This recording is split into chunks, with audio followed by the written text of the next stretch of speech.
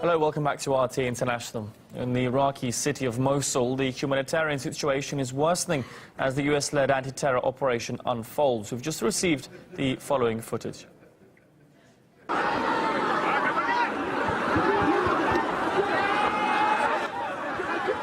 Well, this is one of the neighborhoods of eastern Mosul, liberated from Islamic State. Since the anti-terror operation started, locals have been suffering severe shortages of food, water and medical equipment. The soldiers distributing food struggled to contain the crowds. It's been reported that Iraqi security forces even fired gunshots in order to disperse the desperate mass of people. Well, we can be joined live now by Peter Maurer, who's the president of the International Committee of the Red Cross. Thanks for joining us here on RT today. Mr. Maurer, good to have you with us. How would you assess the current humanitarian situation in Aleppo? It's been a month now since that campaign began. In Mosul, apologies, the humanitarian situation in Mosul. Well, in the whole region, whether we speak of Aleppo, whether we speak of Mosul, ICRC is very much concerned by the unfolding dynamic of violence, of warfare, of the impact of violence and warfare on people in Syria, in Iraq, in Yemen and beyond. And of course there are those emblematic situations and battles ongoing at the present moment, like in Mosul, like in Aleppo, and we do our best to respond to the humanitarian crises emerging from this situation. We have pre-positioned our logistics, our staff, our humanitarian goods, and do as best as we can to access people in need and to provide water, sanitation services, food, medical services, just to help people survive in Mosul and in many other places of the region. Indeed, and just after the US-led coalition in Mosul was launched, it was described as a hybrid war involving obviously many third parties, where the enemy isn't necessarily defined perhaps as a state. There's various different groups here on all sides. Why do you think that's become commonplace? And I mean, what does it actually do to hinder the plight of civilians, having so many actors at play here? Well, it's a purely mathematical equation also, that the more actors we find in the battlefields, the more armed groups we are confronted with, the more difficult it is to negotiate the humanitarian space. And as you know, ICRC for decades and more than 1.5 centuries now has been committed to negotiate consensually with all parties concerned the humanitarian space. So more actors means more complicated negotiations around a humanitarian space. If these actors are unstructured, it's even more complicated and complex. This is a reality with which we are confronted in today's warfare, be it in the Middle East, but also in other contexts. We have more than 2 actors to negotiate with, and this is of course adding to the complexity of any humanitarian operation today. It's hindering the security for our staff. It's making our lives more complicated, but it's the reality with which we are confronted today.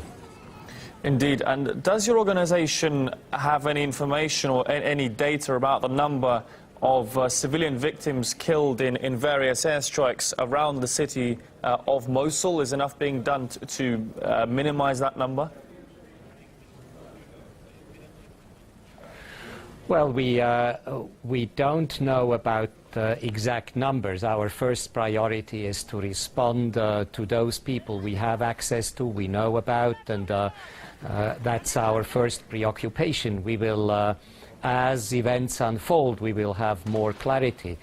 It is our continued concern in today's battlefields, be them Syria, Iraq again, or Yemen, that in particular in air combat operations, that the precaution and distinction between civilians and militaries are preserved, and this is a continued worry we have and something we engage with all those who are engaged in either artillery warfare or in aerial warfare It's a big challenge today to have those principles of international humanitarian law of distinguishing between civilians and militaries respected in those modern forms of warfare.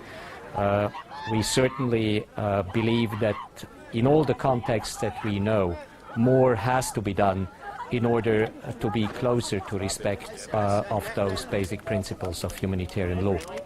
Indeed, and of course, as you mentioned earlier, just across the border, there's a very serious situation developing in the Syrian city of Aleppo as well. There's accusations on both sides of civilians being hit with shelling, with airstrikes, but on the other hand, Russia has also set up corridors several times for civilians, even militants, to leave the rebel-held east of the city, but people have been stopped from getting out. What else can be done to help those people trapped in that side of Aleppo? Well, it is one of our big concerns when we have limitations to access, that we need to bring parties together, and we need to reach out to all those in control of territory and civilian populations in order to find the consensual arrangements which allows us to deliver humanitarian assistance and protection services. And it is unfortunate that in many of the conflicts we are observing that the civilian population is taking hostage, basically, of the disagreement between parties to let humanitarian workers, humanitarian organizations like the ICRC do their work. And this happens in many contexts of the region in Syria again, as well as in many other situations. So we will have to engage with all those who have influences on the parties on the ground in order to make their utmost and to use their power and their ability to influence actors, so that these actors recognize the needs of people to get humanitarian assistance. I think at the present moment we don't have sufficient cooperation and sufficient engagement by those who have an influence on all the parties in Syria to nudge the parties of the conflict into better behavior, better respect, more forthcoming engagement with humanitarian actors, but also more concern about the civilian populations, which is the first victim of this conflict. And just briefly, Mr. Mara, in terms of the broad overview of the conflict here, obviously it's been going on for 5 years in Syria, in Iraq as well, and any conflict will mean civilian casualties. Whoever is conducting shelling, airstrikes, etc., civilians will suffer ultimately, yet nobody sees any alternative, at least at the moment, to violence to try to stop terrorism. Groups such as ISIS, al-Nusra, etc.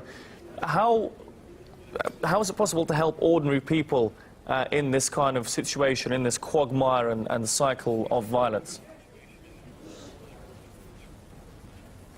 Well, our starting point is that we shouldn't accept civilian victims in conflict as just a given. We have to do everything we can to minimize those civilian victims. At the end of the day, I agree with you. We cannot avoid warfare which will not eventually have also an impact on civilian people. But I think, again, we need better cooperation, more powerful engagement of all parties to the conflict to create those humanitarian space, to allow civilians to flee to places where they feel more secure. We need to have orderly evacuation roads. We need to have access for humanitarian organizations. We need the militaries and the armed groups to take much more precaution in the use of force. We see with great concerns that today's conflicts are moving to urban areas, to cities where civilians are much more exposed to the impact of explosive, of bombardments, of artillery. And I think there is a lot to do in order to minimize the impact of this warfare, even if we can't avoid. We do not have to accept, and we should never accept, that any victim is just a fatality. It is not.